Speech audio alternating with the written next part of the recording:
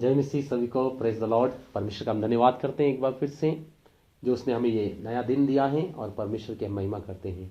सो आज हम परमेश्वर के वचन से हम कुछ सीखेंगे। और सच में जब भी हम परमेश्वर का वचन पढ़ते हैं और तब परमेश्वर का जो वचन है हमें उत्साह देता है, हमें हिम्मत देता है, हमें स्ट्रेंथ देता है हमारे आत्मा प्राण शरीर में। और जब भी हमें किसी संकट में हम होते हैं, जब भी किसी मुसीबत में हम होते हैं, तो हमें परमेश्वर का वचन ही, उसकी उपस्थिति ही हमें निकालती है। हालेलुया। सो आज हम कुछ वचन पढ़ेंगे जो बाइबल में लिखा गया है। और आप देख रहे हैं संसार में किस तरह के काम हो रहे हैं, किस तरह की महामारियां फैल रही हैं, और बाइबल में इस चीज़ों के बारे में पहले से ही लिखा है। और जितने भी विश्वासी हैं जो यीशु मसीह पर विश्वास करते हैं, आज के इस वीडियो के द्वारा, आज के इस वचन के द्वारा परमेश्वर आपको बहुत ही उत्साह देने वाला है। तो हम छोटी प्रार्थना करेंगे, उसके बाद कुछ वचनों को पढ़ेंगे हम।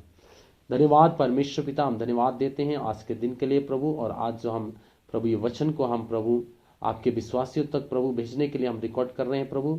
जो भी इस वचन को सुने प्रभु आशीष पाए प्रभु, अपने प्राण में प्रभु, अपने आत्मा में प्रभु यीशु। और प्रभु तूने बल देना प्रभु इस वचन के द्वारा प्रभु, और ज्यादा हिम्मत शक्ति सामर्थ्य देना प्रभु, क्योंकि तेरा वचन में लिखा है कि तू ही हमें बल देने वाला परमेश्वर है। यीशु के नाम से मांगते हैं, आमीन। तो सभी को जय मसीह एक बार फिर से। आइए हम एक वचन पढ़ेंगे, जैसे तिमोथी उसका 3 अध्याय उसका 1 में लिखा है। 2 तिमोथी 3 अध्याय उसका 1 में लिखा है परंतु ध्यान रख के अंतिम दिनों में कठिन समय आएगा। देखिए बाइबल में ऑलरेडी लिखा हुआ है कि ध्यान रख के अंतिम दिनों में कठिन समय आएगा।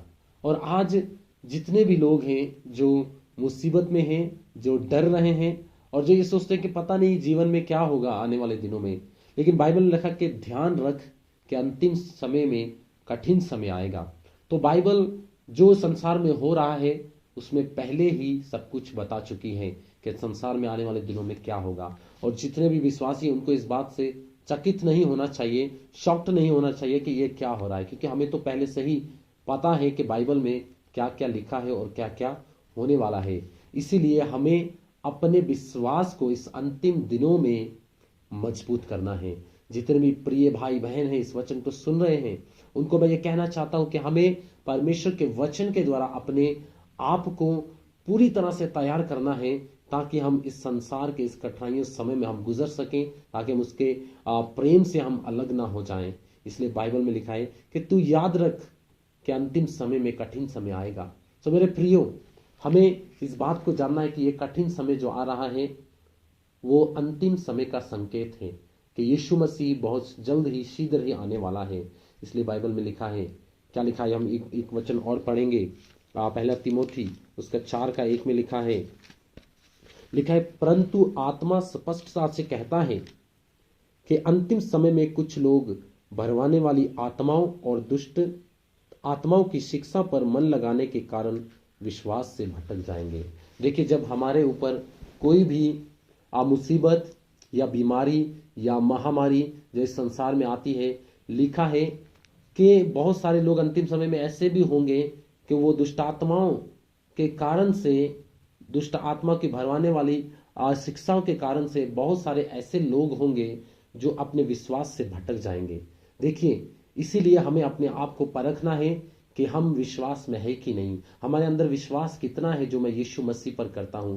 क्या ऐसे कठिन समय पर भी मेरा वो विश्वास चट्टान की तरह बना हुआ है या नहीं। इसलिए यीशु ने कहा कि तू अपना घर चट्टान पर बना। जब तूफान आएगा, जब हनेरी आएगी, जब ऐसे समय आएगा कि तुम्हें कोई गिरा नहीं सकता। इसलिए जो इंसान यीशु मसीह पर विश्वास करता है, जो विश्वासी मसीह की इच्छा पर चलता है, उसको कोई भी नहीं गिरा सकता।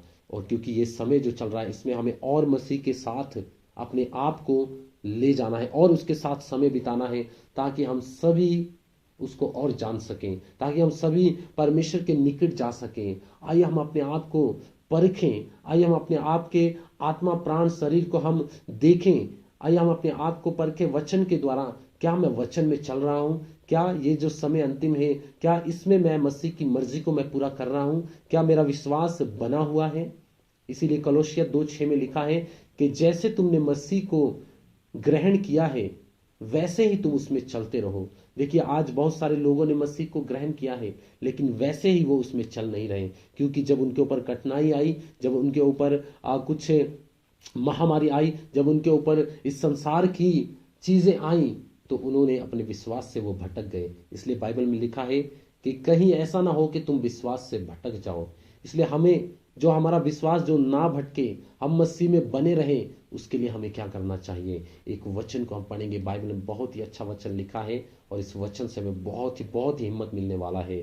Praise the Lord. ऐसे लिखा है पहला यूहन्ना 2:17 में लिखा है, हालेलुया, प्रेज यू जीसस। इस वचन को हम पढ़ेंगे।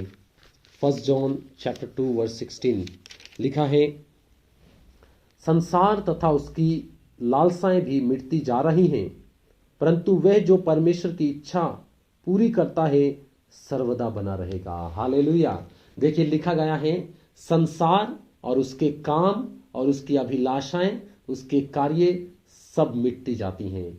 बाइबल में लिखा है कि संसार सब मिटता जा रहा है, उसकी अभिलाषाएं मिटते जा रही हैं, लेकिन जो प्रभु की इच्छा पर चलता है वो सर्वदा बना रहेगा। आमीन। इसीलिए हमें परमेश्वर की इच्छा पर चलना है।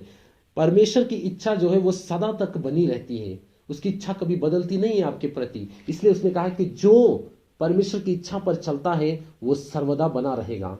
तो अगर आप परमेश्वर की इच्छा के अनुसार अपने जीवन को गुजार रहे हैं, तो मैं आपको बताता हूं कि परमेश्वर के वचन के अनुसार आपको कोई गिरा नहीं सकता, आपको कोई हरा नहीं सकता, क्योंकि आपने अपने जीवन को परमेश्वर की इच्छा के अनुसार आप बिता रहे हैं। हालेलुया। इसीलिए वचन में लिखा है कि ये संसार, उसकी अभिलाषाएं, उसके जो कार्य हैं, उसमें जो पाप है, उसके जो लस्ट है, वो सब चला जाएगा। लेकिन जो परमेश्वर की इच्छा पर अपने जीवन को व्यतीत करता है, वचन कहता है कि वो सदा तक बना रहता है। हालेलुया। इसलिए आपको सदा तक बना रहने के लिए अपने आप को परमेश्वर की इच्छा के अनुसार चलाना है। और परमेश्वर की इच्छा क्या है? परमेश्वर का वचन है। हालेलुया। परमेश्वर का वचन है जो उसने हमें अपने बाइबल में लिख कर दिए हैं। परमेश्वर ने हमें हमारे लिए पवित्र आत्मा भेजा है, ताकि उस पवित्र आत्मा की सहायता से हम परमेश्वर के वचनों को पूरा कर सके। हम तो उस प्रभु के बगैर कुछ भी नहीं। इसलिए हमें प्रतिदिन अपने आप को परमेश्वर के आगे समर्पण करना है। प्रतिदिन हमारा अपने आप को सरेंडर करना है। हमें कहना, lord I surrender myself into your mighty hands, God I need your help. इसीलिए हमें रोज परमेश्वर के आगे हमें सरेंडर करना है, क्योंकि बाइबल में लिखा है कि हम उसके बगैर तो कुछ भी नहीं है। हालेलुया। हम उसके बगैर कुछ भी नहीं। इसलिए हमें परमेश्वर की इच्छा पर चलना है, परमेश्वर की इच्छा को पूरा करना है। तभी आप इस पाप भरे संसार में अपने आप को आप स्टैंड कर पाएंगे। यीशु मसीह ने मार्था को कहा, यदि तुम इस पर विश्वास करोगी तो तुम परमेश्वर की महिमा को देखोगी। और उसने कहा कि जो मुझ पर विश्वास करता है, यदि वो मर भी जाए तो वो मरा नहीं, बल्कि वो हमेशा के लिए जीवन रहेगा। और ये जो वचन यहाँ पर लिखा गया है 1 जॉन उसका 2:17 में जो लिखा गया है, लिखा है कि जो परमेश्वर की इच्छा पर बना रहता है वो सर्वदा बना रहेगा। और इसीलिए हमें ये देखना है कि मैं परमेश्वर की इच्छा पर मेरा जीवन चल रहा है या नहीं। क्या मैं सिर्फ एक नाम का मसीह बन कर बैठा हूं, या फिर मैं उसके नाम पे चल भी रहा हूं। इसलिए रोमी 12 में लिखा है, रोमी 12 में एक वचन पढ़ेंगे। Oh hallelujah, praise you Jesus, thank you Lord.